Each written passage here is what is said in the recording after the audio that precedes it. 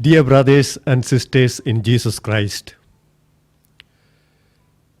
on this Sunday, we have a very wonderful reading from the Gospel of Saint Mark, chapter 4, which gives us much hope and which gives us a much peace and serenity as we make our journey through life.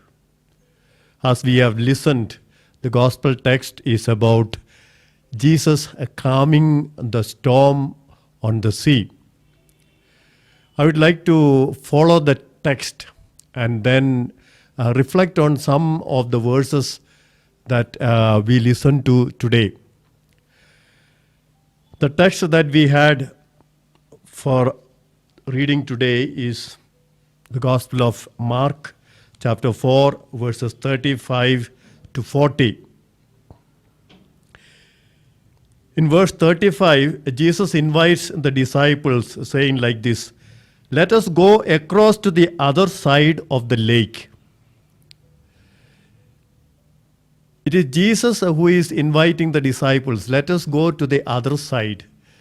This tells us that Jesus sets us on a journey in our life. God created us. Because of God's love, we are born in this world, and then we live our life. Our life is a journey, and it is God, it is Jesus who sets us on this journey.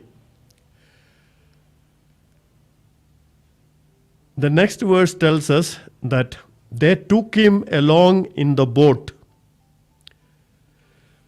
So on this journey, although it is God who sends us on this journey, we have to take the God with us.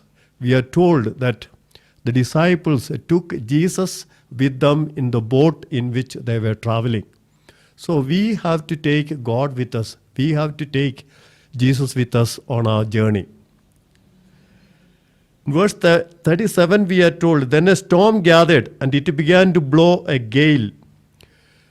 So as we journey through life, there will always be storms that we have to face. There will be difficulties, there will be problems, there will be trials, sufferings, sickness, death that we have to face.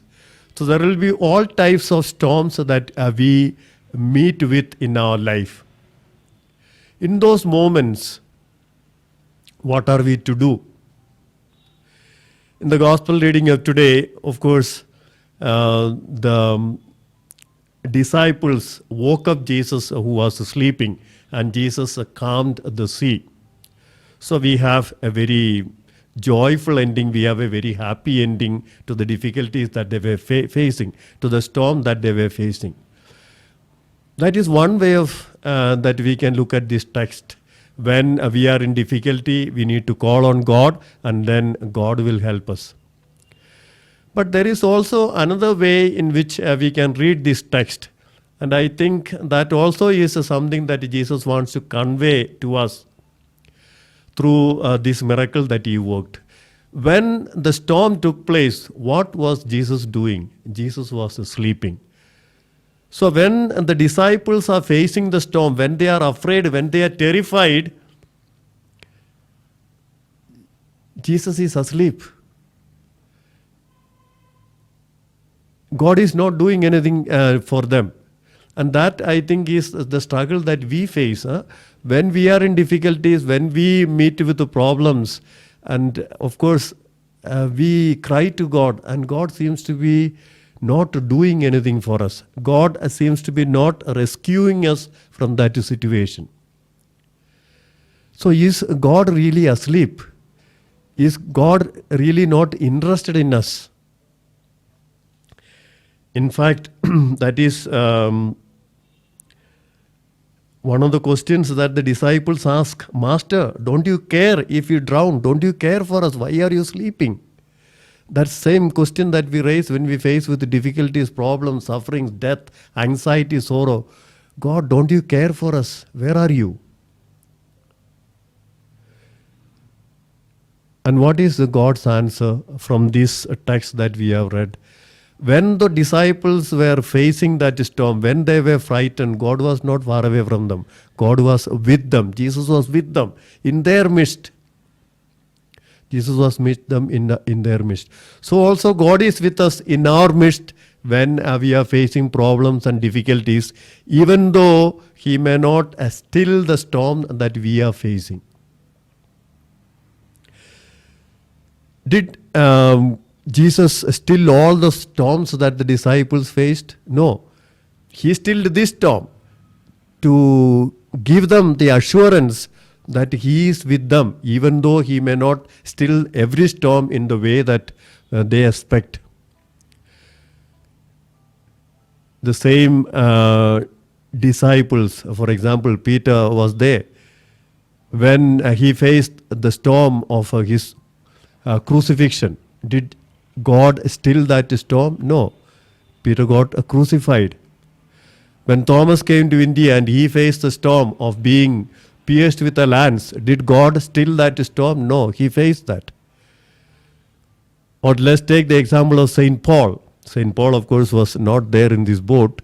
Saint Paul faced so many difficulties in life. God did not still all those storms. In fact, Saint Paul, in his second letter to the Corinthians, chapter 11, verse 25, he says, 3 times I was beaten with a rod. Once I was stoned. 3 times I was shipwrecked. And once I spent a night and a day adrift on the high seas. So when 3 times Paul was shipwrecked, when he had to spend one whole day and night in the sea, where was God? Did God still that storm? No. So this text that we have today, that we listen to today, is not telling us that God will still every storm in our life. Then what is it telling? It is telling us that even though God may not still the storm in the way that we want, God is with us in that storm. We are not abandoned. God is by our side. After Jesus stilled the storm, Jesus asked the disciples this question: why are you so frightened? Do you still have no faith? Jesus is not asking this question before stilling the storm. Jesus is asking this question after stilling the storm which they faced. Why are you so frightened? Do you still have no faith? In other words, Jesus is saying, okay, in future you will face storms, but don't be afraid. Have faith. I am with you. I am walking by your side. I am holding you. I am protecting you. Have faith.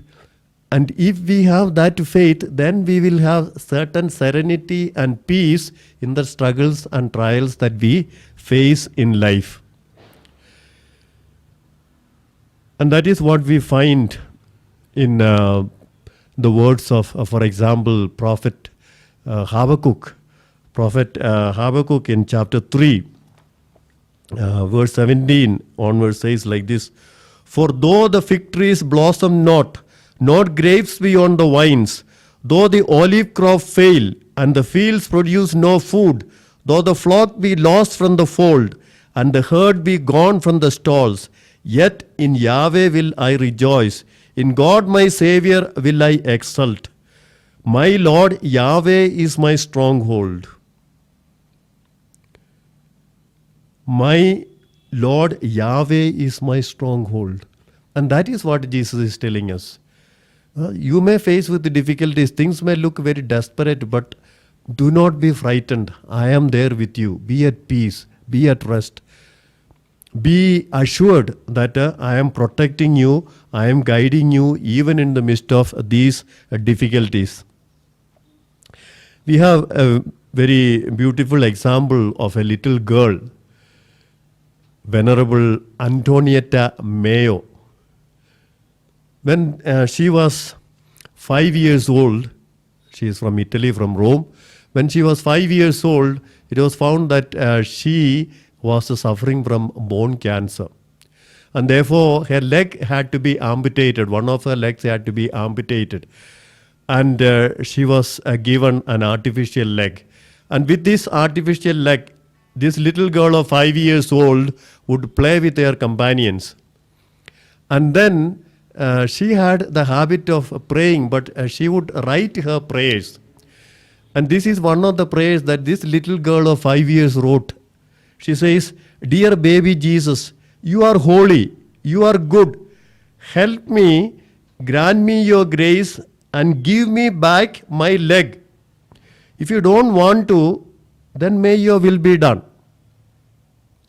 I wish that you grant me, give me back my leg, but if you don't want to, may your will be done." And in that prayer, she experiences a peace and serenity. Okay, she could have complained, she could have been distressed, she could have gone into a kind of depression because she has no leg. But her prayer is, "Lord, I wish that you grant me this grace, but if not, I know that you are with me, you are guiding me, it's okay." Again, in another letter, she writes like this: "Dear Jesus, I love you very much. I want to abandon myself in your hands. I want to abandon myself in your arms. Do with me what you want. I want to abandon myself in your hands. Do with me what you want." So when we are faced with the storms of life, what Jesus is telling us is, "I am there. You may not feel my presence. You may think that I am sleeping, but I am not sleeping. I am there. And abandon yourself into my hands. Do not be frightened. I am with you, even though you have to face this storm."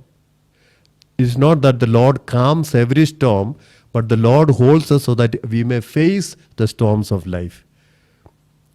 And the text of today concludes like this: "But they were terrified, and they said to one another, 'Who can this be? Even the wind and the sea obey him.'" See, the disciples were terrified because of the storm. But after the storm is calmed by Jesus, the text ends by saying that, "But they were terrified, and they said to one another, 'Who can this be?'" Why are they terrified after the storm is calmed? They are terrified because they realize that the one who calmed the storm, the one who stilled the sea, is really God. And this God has been with us. This God has been by our side. That makes them frightened. They did not expect God to be so near them. They did not expect God to be so close to them. So when they discovered the closeness of God, they really felt terrified. Because we know that according to the Old Testament understanding, if you meet God face to face, if you meet God somewhere near, then you will die. You cannot see the face of God. So that is why they are terrified. That is what, for example, Prophet Isaiah will tell us in Isaiah chapter 6, verse 5. When Isaiah has the vision, Isaiah is terrified because he has seen God face to face. "Now I will not leave." So the disciples are frightened because they realize that this is God. Of course, it is a reverential fear. They discover that God is so close to us. And that is the teaching that today's text gives us. That God is so close to us, even though we may not realize that He is present with us. And so let us entrust ourselves into God's hands so that we may be able to face the storms of life. Some of those storms Jesus will calm. If He is not able to calm the storm outside, He will calm our hearts and give us peace.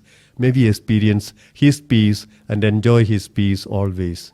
In the name of the Father, and of the Son, and of the Holy Spirit. Amen.